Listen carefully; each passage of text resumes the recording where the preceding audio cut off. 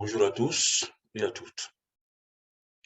Aujourd'hui, nous allons aborder un sujet que j'intitule de la manière suivante: pourquoi sommes-nous sur cette terre? C'est un sujet très vaste, vous allez me dire, et je le reconnais bien volontiers. Mais je vais aborder ce sujet selon ma vision des choses. Et j'aimerais partager cette vision des choses avec vous. Pourquoi sommes-nous sur cette terre? Voilà la question que je me suis posée. Voilà la question qui a été même là, l'objet de ma méditation. Et aujourd'hui, je tiens à le partager avec vous. Si vous regardez donc la vie de l'homme, vous savez que nous sommes sur cette terre pour une durée déterminée. Un enfant qui commence à prendre conscience à peine, un adolescent, c'est que tôt ou tard, l'homme doit mourir. Et l'homme peut mourir à tout âge. Donc nous sommes des passages sur la terre. Si nous savons que nous sommes des passages sur la terre, pour quelle raison battons-nous? Pour quelle raison faisons-nous la guerre les uns les autres? Pour quelle raison? Si nous savons que nous sommes des passages sur la terre. Donc, c'est une question, une grande question que chacun de nous doit se poser. L'homme donc est sur la terre pour un temps déterminé. Mais nous sommes sur la terre pourquoi? Nous sommes sur la terre comme des enfants que leurs parents amènent à l'école. La terre pour moi est une école de vie. Et nos parents qui nous amènent à l'école, ce sont des parents divins. Nous sommes donc des êtres spirituels, des êtres divins, qui avons pris ce corps pour faire une expérience humaine en vue d'une évolution éventuelle. Donc, une fois que ce décor a été mis, nous sommes des êtres spirituels venus sur cette terre pour faire une expérience humaine. Pourquoi je le dis? Parce que quand quelqu'un meurt, on dit, il nous a quittés. Qui nous a quittés? Puisqu'on voit le corps qui est encore là. C'est son âme. Donc cette âme-là, elle est divine. Elle est sur cette terre pour un temps déterminé et elle répare dans son village, sur son plan d'évolution. Voilà le but de l'homme sur la terre. Nous venons sur cette terre pour une expérience humaine et après nous retournons là où nous sommes venus, c'est-à-dire sur notre plan d'évolution en tant qu'âme. Donc en tant qu'âme, si nous sommes là pour un temps déterminé, nous sommes venus pour apprendre quelque chose. Et cette question, on peut bien la comprendre si on s'appuie sur les enseignements que Jésus nous a laissés. Pourquoi je prends l'exemple de Jésus? Excusez-moi, je comprends beaucoup plus clairement son enseignement. Peut-être que c'est parce que j'ai été chrétien, donc voilà, je me suis intéressé aux enseignements de Jésus. Donc voilà, je pourrais dire Mohamed, mais je ne suis pas musulman, je ne connais pas les pensées de Mohamed. Je pourrais aussi dire Bouddha, mais les bouddhistes en parlent mieux que moi. Mais dans ce cas, je prends l'exemple aujourd'hui d'un des maîtres, Jésus le Christ. Jésus le Christ, Jésus le Christ nous a démontré qu'il était le Fils de Dieu. Et certains sont choqués en disant, mais comment? Dieu n'a pas de fils. Jésus nous a démontré qu'il était le Fils de Dieu. Il a dit, mon Père et moi, nous sommes un. Je suis dans le Père et le Père est en moi. Donc, son Père divin et lui étaient un. Voilà ce que Jésus nous a enseigné. Donc, quand je vois des gens dire, Jésus, le seul Dieu, nous, on est là pour, on va l'attraper son noulet, pour qu'il il va nous aider aussi. Voilà. Mais ça, c'est trahir l'enseignement de Jésus. Parce que je me suis intéressé à l'enseignement de Jésus et voilà ce que j'ai vu comme phrase. Soyez parfaits comme votre Père est parfait. Aimez-vous les uns les autres. Et dans la prière qu'il nous a laissée, il a dit notre Père. Je n'ai pas vu mon Père qui est aux cieux. Non, notre Père qui est aux cieux. Ça veut dire que dans l'entendement de Jésus, nous sommes tous des enfants d'un Père unique, Dieu. Et nous sommes venus sur cette terre pour faire notre expérience humaine. Et cette expérience, c'est lequel? C'est laquelle, pardon? Cette expérience, c'est quoi? C'est pour réaliser Dieu. Dans le royaume de Dieu qui est au plus profond de nous-mêmes. Et Jésus n'a pas manqué de nous dire, pour cela, il faut une nouvelle naissance. Il faut naître de nouveau pour accéder à ce royaume de Dieu que tout le monde doit connaître. Pour réaliser l'amour de Dieu qui est au plus profond de nous-mêmes. Donc, il faut naître de nouveau. Et il est allé plus loin en disant, il faut naître d'eau et d'esprit pour accéder au royaume de Dieu. Donc, peut-être que c'est cette parabole peut-être qui peut embêter certaines personnes. Mais comment on peut naître d'eau? Comment on peut naître d'esprit? Et c'est sur cette question que je vais essayer de m'attarder un peu. Il faut savoir que tout ce qui existe sur cette terre est composé des 4 éléments. C'est la combinaison des 4 éléments. L'homme est composé des 4 éléments. La nourriture que nous mangeons est composée de 4 éléments. La terre sur laquelle nous marchons est composée de 4 éléments. Tout ce qui est autour de nous est composé de 4 éléments. Quels sont ces 4 éléments? Les 4 éléments, et c'est ces 4 éléments qui est combiné par la puissance divine pour faire beaucoup de manifestations que nous voyons autour de nous. Les 4 éléments, il y a l'élément terre, composé des élémentaux qu'on appelle des gnomes. Ce sont les gnomes qui composent l'élémentaire. Il y a l'élément eau, qui est composé des ondines. Ce sont des élémentaux de l'élément eau. Il y a l'élément air, qui est composé donc des sylphes. Et il y a l'élément feu, qui est composé des salamandres. Tous ces élémentaux sont là, autour de nous, pour nous servir. Il y a des gens qui le voient, il y a des gens qui peuvent s'en servir. Ce sont eux qui se combinent pour nous servir. Et ces élémentaux obéissent surtout aux gens qui peuvent les voir, mais surtout obéissent au Fils de Dieu. Quand tu viens d'être éclairé, les élémentaux sont à ton service et t'obéissent. Donc, même nos 4 systèmes corporels, c'est-à-dire le corps physique, le corps éthérique qui est juste au-dessus du corps physique, le corps mental et le corps émotionnel, que j'appelle les 4 systèmes corporels qui nous composent, sont produits, ont été créés à partir du royaume élémental. C'est-à-dire que notre corps physique est composé à partir, bien sûr, de l'eau, et même du feu aussi, mais c'est composé essentiellement des éléments terre, que j'ai appelé tout à l'heure les gnomes.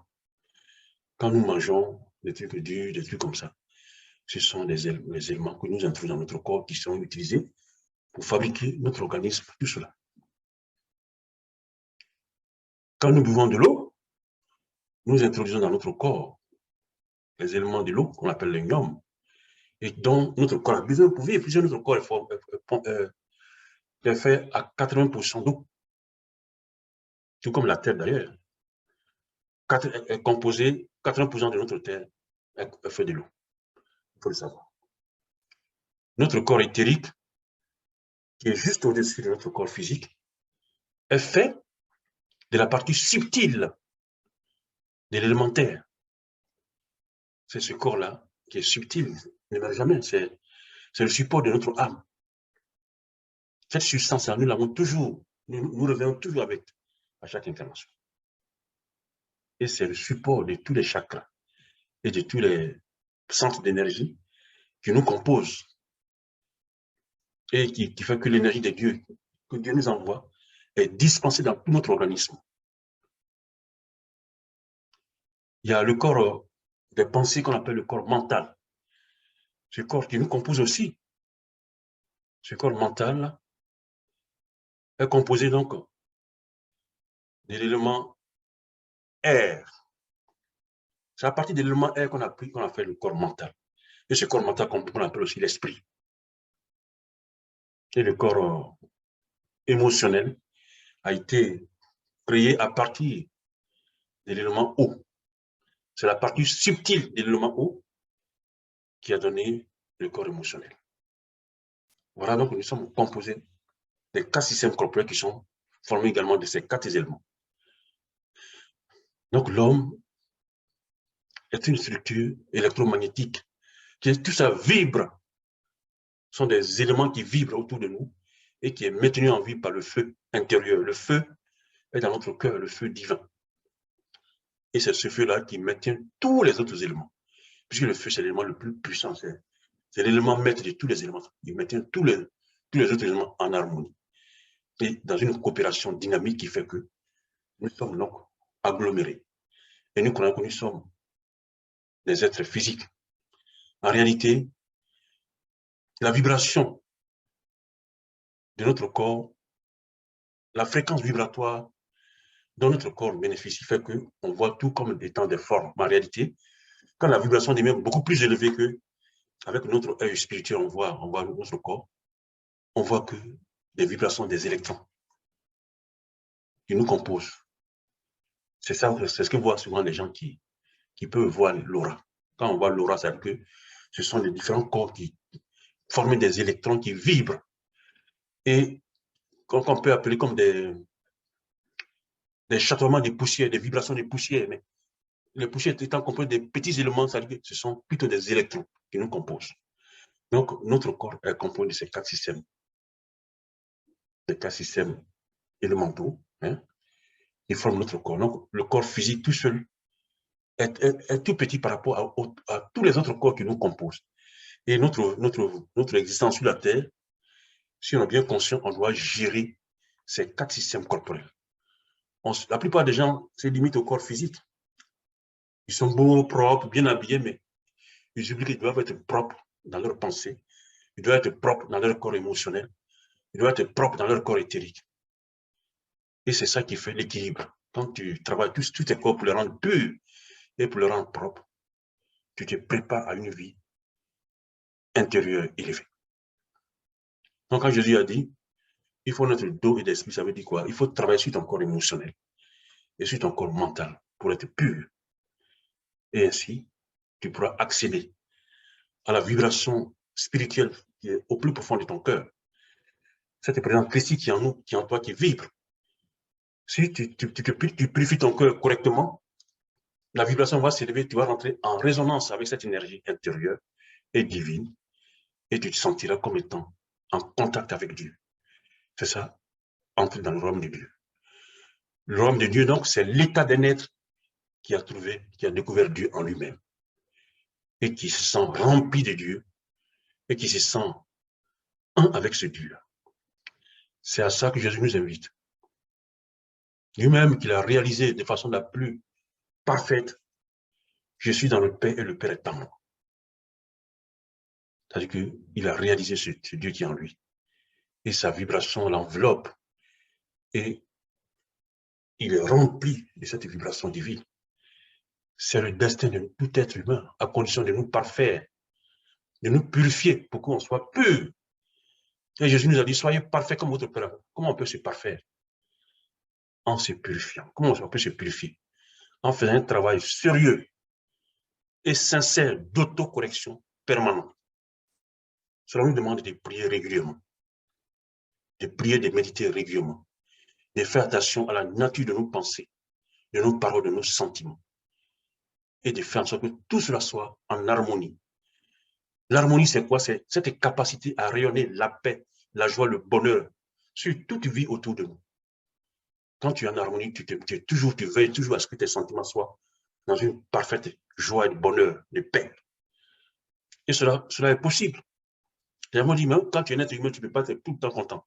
Si, quand tu sens un malaise dans ton cœur, c'est que le démon est en train de rentrer en toi C'est que l'ombre est en train de prendre possession de toi. Si tu pries rapidement en disant, Seigneur, aide-moi, je veux retrouver ma paix, ma sérénité, mon harmonie, automatiquement, tu vas te ressentir tu vas bien te ressentir. Ça veut dire que tu rétablis la paix et l'harmonie. Tout le monde est capable de faire ça. Il suffit de le savoir et de savoir comment faire.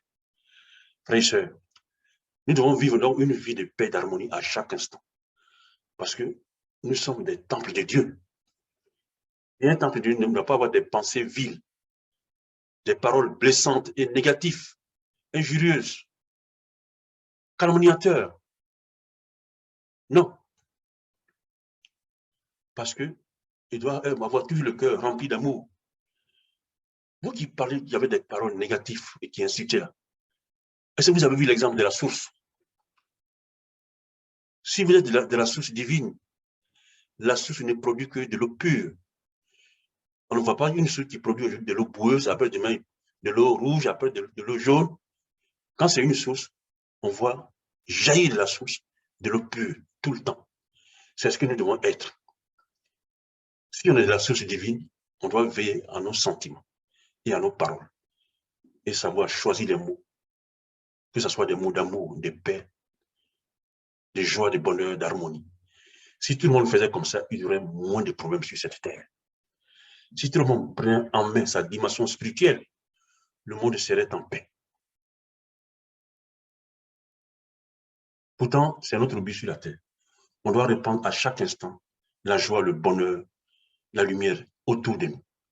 Cette lumière-là qui doit remplir notre cœur et qui doit passer par nos sentiments pour bénir ce qui nous entoure. Parce que les sentiments, c'est l'action du cœur. Et si le cœur est rempli d'amour, on répand autour de toi la joie de vivre. On répand autour de nous l'amour christique, l'amour divin, l'amour inconditionnel et universel. Et c'est ce qu'on nous demande de faire, frères et sœurs. Et c'est ce que Jésus a dit, il faut rentrer dans le royaume de Dieu. Parce que si tu es dans le royaume de Dieu, tu es capable de vivre tout ce que je viens de vous dire. Tu es capable de vivre toujours dans l'harmonie et dans la paix. Tu es capable d'aimer ton prochain comme toi-même parce que c'est le b.a.-ba de la vie spirituelle. Tu es capable d'être dans le non-jugement parce que l'autre, tu vas sentir que c'est une partie de toi-même. C'est une âme qui est venue sur la terre pour faire son expérience comme toi-même. Et on doit, par solidarité, nous aimer les uns les autres. On ne doit pas juger les autres sur l'apparence. Voilà le but, notre but sur cette terre, frères et sœurs. Donc, c'est cette vie-là qu'on doit mener. Parce que une vie bien menée nous amène à deux endroits. Si tu as tellement bien vécu, si tu as réalisé Dieu dans ton cœur, et si tu es capable de rayonner sur son amour à chaque instant, tu peux, en mourant, tu peux aller dans le royaume de Dieu. Il y en a même qui arrivent à ascensionner, ils vont carrément dans la gloire de Dieu, dans la lumière de Dieu, dans la cité céleste. Et ils deviennent des résidents de cette cité céleste. Et entre que tu deviens résident de cette cité céleste par ascension, tu deviens donc un maître ascensionné. C'est ce que Jésus a fait. C'est ce que Marie a fait. C'est ce que les apôtres ont fait. Mais pour cela, il faut prendre en main ta vie spirituelle de façon sérieuse. De façon sérieuse. Sinon, si on ne fait rien, quand on vient sur la terre, qu'on dort, quand on se vautre dans le concret de la vie, et on se met des affaires qui ne nous regardent pas, des affaires humaines, quand on passe notre vie dehors, dans les calomnies, dans les guerres, dans les insultes, ou dans toutes sortes d'affaires humaines, mes frères, quand on va partir sur l'autre plan, je ne veux pas dire ce qui vous attend. Mais on va voir qu'on a fait une belle erreur. Et on aura de gros regrets. Et beaucoup de gens ont ce regret quand ils s'en vont. Parce qu'ils ont compris qu'ils n'ont rien fait de leur vie. Même s'ils ont été milliardaires, même s'ils ont mis plein d'argent sur le compte, même si on les a félicités sur cette terre, même si les gens les ont glorifiés, ils vont voir sur le plan spirituel, ils n'ont rien fait. Ils n'ont fait que des erreurs. Et ils n'ont pas entamé le programme pour lequel ils sont venus sur cette terre. Ce que je vous dis là, c'est une réalité, frère et soeur. Donc, il faut bien écouter ce message que je partage avec vous. Pourquoi je me sens autorisé à vous partager ce message? Parce que depuis 1993, j'ai eu souvent des contacts avec les plans supérieurs, avec les maîtres, et j'ai eu beaucoup d'enseignements, de messages. Le dernier message qui m'a été donné, que je vais partager avec vous, c'est que les maîtres nous demandent de prier. Prier pour nous-mêmes, prier pour nos enfants, prier pour nos pays, prier pour l'humanité tout entière. Demandons la protection de cette humanité, car nous sommes en danger. Des grandes difficultés sont en cours, et nous devons prier pour que Dieu déverse la lumière sur la terre, pour atténuer la puissance des ténèbres qui veulent détruire la terre. Frères et sœurs, nous devons prier pour l'humanité, pour la terre. Nous devons prier pour la protection de nos enfants, pour la protection de nos pays, pour la protection de l'humanité tout entière. Je vous demande de le faire. La bête nous demande de le faire, le Christ nous demande de le faire. Et je vous informe, frères et sœurs, ne prenez pas ça à la légère. Prions pour l'humanité, prions pour la paix dans ce monde, prions pour notre protection. Votre prière aura un impact. Si vous le faites sincèrement, on sera nombreux d'y en tenir compte et les choses seront atténuées. Je vous le dis. Merci de votre écoute. Frères et sœurs, donc voilà ce que je souhaitais partager avec vous. Nous sommes venus sur cette terre pour réaliser Dieu et pour rentrer glorieusement à la maison, dans la lumière. Mais pour cela, il faut travailler sur soi-même, comme Jésus nous l'a demandé. Il faut se parfaire. Il faut vivre sa vie spirituelle à chaque instant. En faisant comme ça, de façon soutenue, on aura des résultats inattendus qui vous feront vraiment plaisir. Je m'arrête là aujourd'hui. J'aurai l'occasion de faire d'autres vidéos et j'irai plus en profondeur dans certains sujets.